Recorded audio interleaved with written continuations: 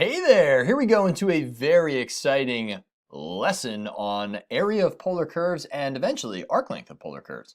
So we're going to check out the conceptual difference to start between using integration like we've normally used with finding area with rectangles and of polar curves. So here's the difference. With rectangles, let's say you have like a random curve, I don't know, something like this. And if you're integrating and you want to know the area from A to B, what we've done is, well, we basically just found lots of rectangles, right? And let's call this curve like f of x. And the widths of each rectangle is dx. So if we take that rectangle on out of there, we're adding up rectangles with widths, really, really small widths called dx, and heights of f of x. And so we multiply f of x times dx, we get the area of one of those rectangles, base times height. And we add up many of those rectangles from x equals a to x equals b. Right, so that's old school now at this point. So how do we find the area of a polar curve? That's kind of an interesting one. So let's say you have some kind of strange looking polar curve, something like, I don't know, like that, right? So we've got a polar curve, we'll call that R. Now, finding rectangular area isn't so conducive here because it doesn't move left to right. It moves counterclockwise. So the way that we're going to find area, and we'll go over how to do this in great detail in this video, is we basically sweep out the area in little sectors, little pieces of pizza, if you will, like that. So as we move counterclockwise, we end up collecting area like so. Isn't that beautiful? So all of these little pieces right here are not rectangles. They're almost like pieces of circles. And that's going to sweep out the area from some starting angle. Let's say we start at 0 and we sweep all the way around to like that angle right there. So it's going around, sweeping out the area until we get to that theta value there. So the positive direction is now counterclockwise. That's the difference. And that's a real quick comparison between the two. So left to right, adding rectangles, counterclockwise, sweeping out like little pieces of pizza. All right, let's go. So what is the formula for the area of polar functions, and where does it come from? Okay, well, the formula, I'm just going to give it to you right away. So the formula is the integral, we're going to add up lots of things, from, it's often not called A, we often use like alpha.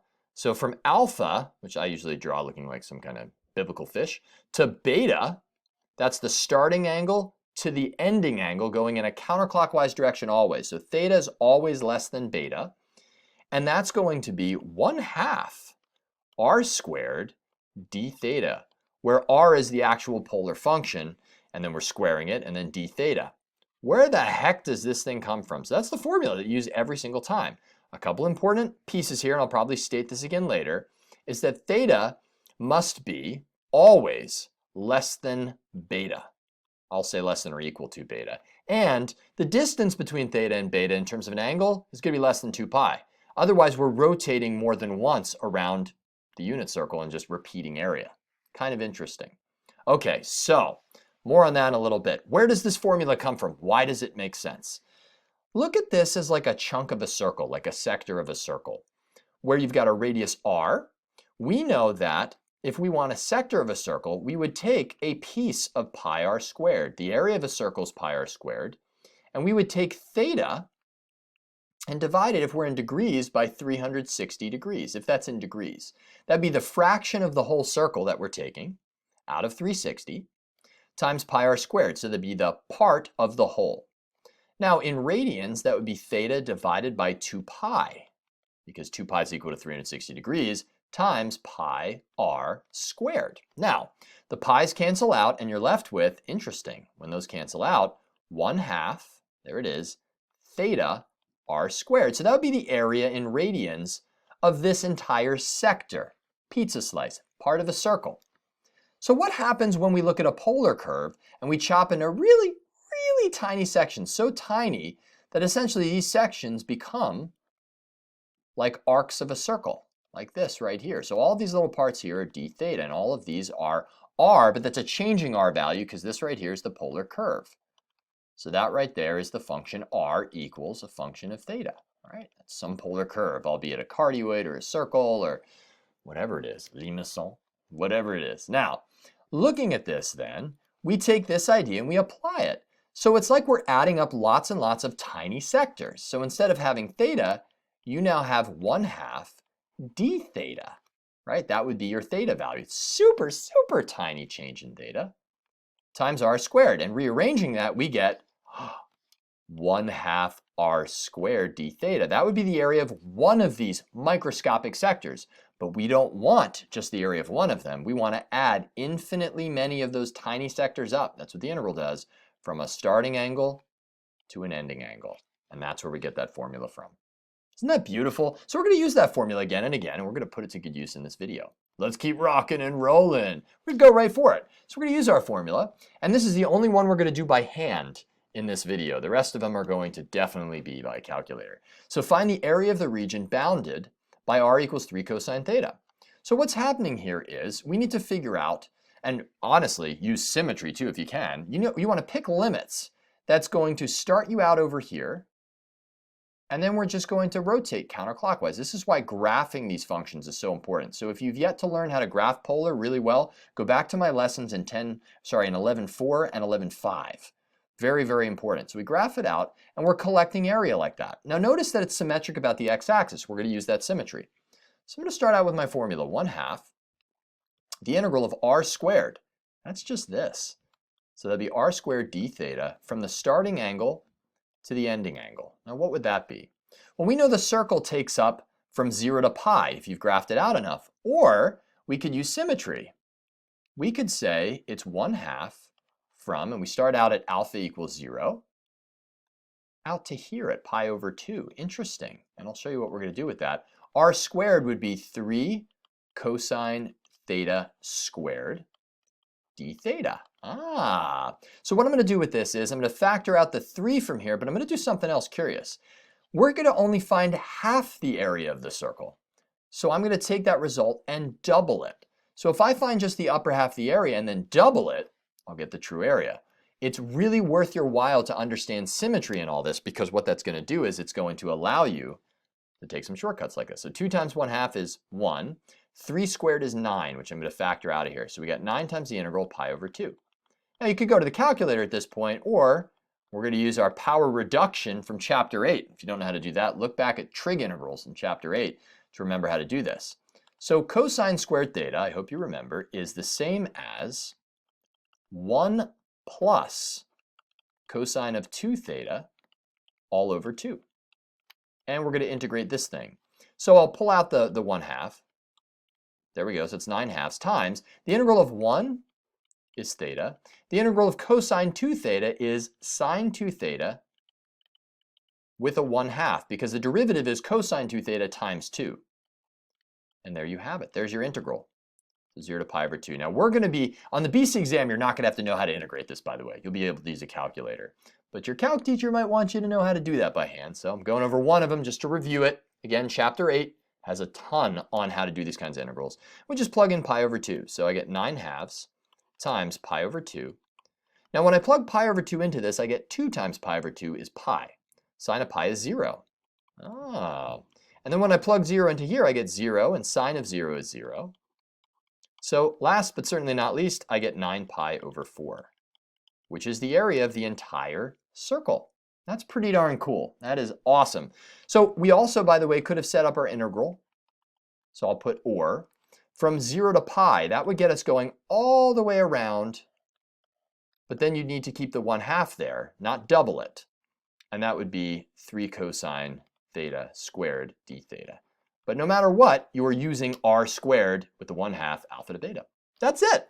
So as I put down here, be careful in picking limits that only sweep the area once. If you went 0 to 2 pi here, you'd actually end up sweeping out the area once, twice. So it's important we know our graphs very well. Awesome. All right, let's keep going. We'll use calculator for the rest of them. So what I put here is that the tough part is selecting the correct limits. That's why you need to know your graphs really, really well. So the general rules I put down is sketch the curves that we're going to be finding the area inside of, if you can sketch it. If not, throw it down as best you can or use your calculator, or it might be given to you. So again, that's where I state, that's where your really solid knowledge of graphing polar equations comes in handy. The second part is, what interval must we cover so the radial arm covers out the region we are finding the area of? That's a big idea. You're going to get good at sweeping out the area and saying, oh, we go from 0 to pi over 6, or pi over 6 to 5 pi over 6. We're going to do a lot of that together in these videos. So practice setting up your integrals. This is the biggest tip possible. Again and again, skip the integration at first. So if you have 10 homework problems, just go through and set up the correct integrals. That's the hard part. And then it'll get easier and pretty awesome. So we'll go through all kinds of practice types, and these we're going to go over some basic ones in this video, and we really only have 2 more. So this is find the area of one petal of r equals 6 sine 2 theta. So as a rough sketch here, one petal, we're going to use symmetry, definitely, is going to happen, well, let's figure it out. A petal is going to happen when we're at a max value of sine, right? That's when we reach out the most. So I'm not going to graph out the whole thing. I'm just going to graph out when 2 theta equals pi over 2, because that's going to be when sine is most. That's going to be the absolute greatest size out from the origin and the end of the petal. So that's when theta equals pi over 4. So from 0 to pi over 4, we get half a petal. I don't need anything more than half a petal. That gives us everything we need. So, I mean, you could keep going back to 0. That would be at theta equals pi over 2. When you plug in pi over 2 here, you get 2 times pi over 2 is pi, and that's 0. So that brings it back here, like so. But the important part here is recognizing that this line right here, that line of theta equals pi over 4, and this line right here, I'll do in yellow so it comes up on the black, that's theta equals 0. And let me write that in black again so it shows up. That's theta equals 0. So that's going to give us right there all we need. So we're sweeping out the area of just that one petal right there from 0 to pi over 4, and then we're going to double it. So get an idea of it like that before you set up your integral. So this would be the integral from 0 to pi over 4. We have our template of 1/2 r squared. That would be 6 sine 2 theta. All of that squared, d theta. And again, I'm doubling that because we only found the area of half of a petal. So use your symmetry. If we wanted the area of all 4 petals, I'd be multiplying that by 8. Half times 2 times 4 more petals. Or we could set up the integral like this. Practice setting up integrals in different ways. It's very helpful doing it that way. 1/2 from 0 to pi over 2, because that would get you back to 0 again, from pi over 4 to pi over 2. So that'd be 0 to pi over 2. That would be of 6 sine 2 theta squared d theta. And notice, in that case, I'm not going to multiply it by 2 because I'm finding the area. I don't need to double it. Okay, so either one you plug into your calculator and we'll get our answer in a jiff. And there's some shoddy video editing giving you 14.137. There you go. That's it. It's all about the setup though, I'm telling you. And this last one, again, another basic problem. We're going to go into some, well, a little bit more complex ones in the next video, but this is getting the basics down. Find the area of one leaf of r equals 1 minus cosine 2 theta. That's given to you here. Use a calculator to evaluate the integral. So again, we're going to start out with our template, 1/2 the integral from alpha to beta. I can never draw alpha as well. Alpha to beta of r squared d theta. Now, we want one leaf, which would be one of these, or one petal. Now, it looks like what's happening here is we're going from 0 to pi over 2 would get us there. Just looking at that right there. In terms of an integral, let's see if that works out. Well, if I go 0, that starts me out actually, at 0, because cosine of 0 is 1, 1 minus 1 is 0, so that starts me out here. And then if I plug in pi over 2, I get cosine of pi, which is -1, 1 minus -1 is 2. So sure enough, cosine, that 1 minus cosine 2 theta, is going to get us half of what we want. Now you could go from 0 to pi, that'll get you all the way around. I don't think I want to do that. I think what I want to do here is I'm just going to integrate from 0 to pi over 2 and use the symmetry. So I'm going to double what I get because I'm taking half of that leaf. And I'm integrating from 0 to pi over 2. Again, imagine rotating and sweeping out like this, right? So you're sweeping out from 0. Draw out those radial arms. I think that's often helpful, by the way. And just imagining that you're sweeping out starting here to there. Of r squared, so that's going to be 1 minus cosine 2 theta squared. And that's it. And you're going to plug that in the calculator. I'll have the answer for you in a second. And magically the answer appears, 2.356. That's it. So the idea here, use symmetry where you can. Know what your bounds are by understanding how to graph these polar functions. Get really good at graphing. And we're going to head into some more advanced stuff shortly. See you in the next video. Peace.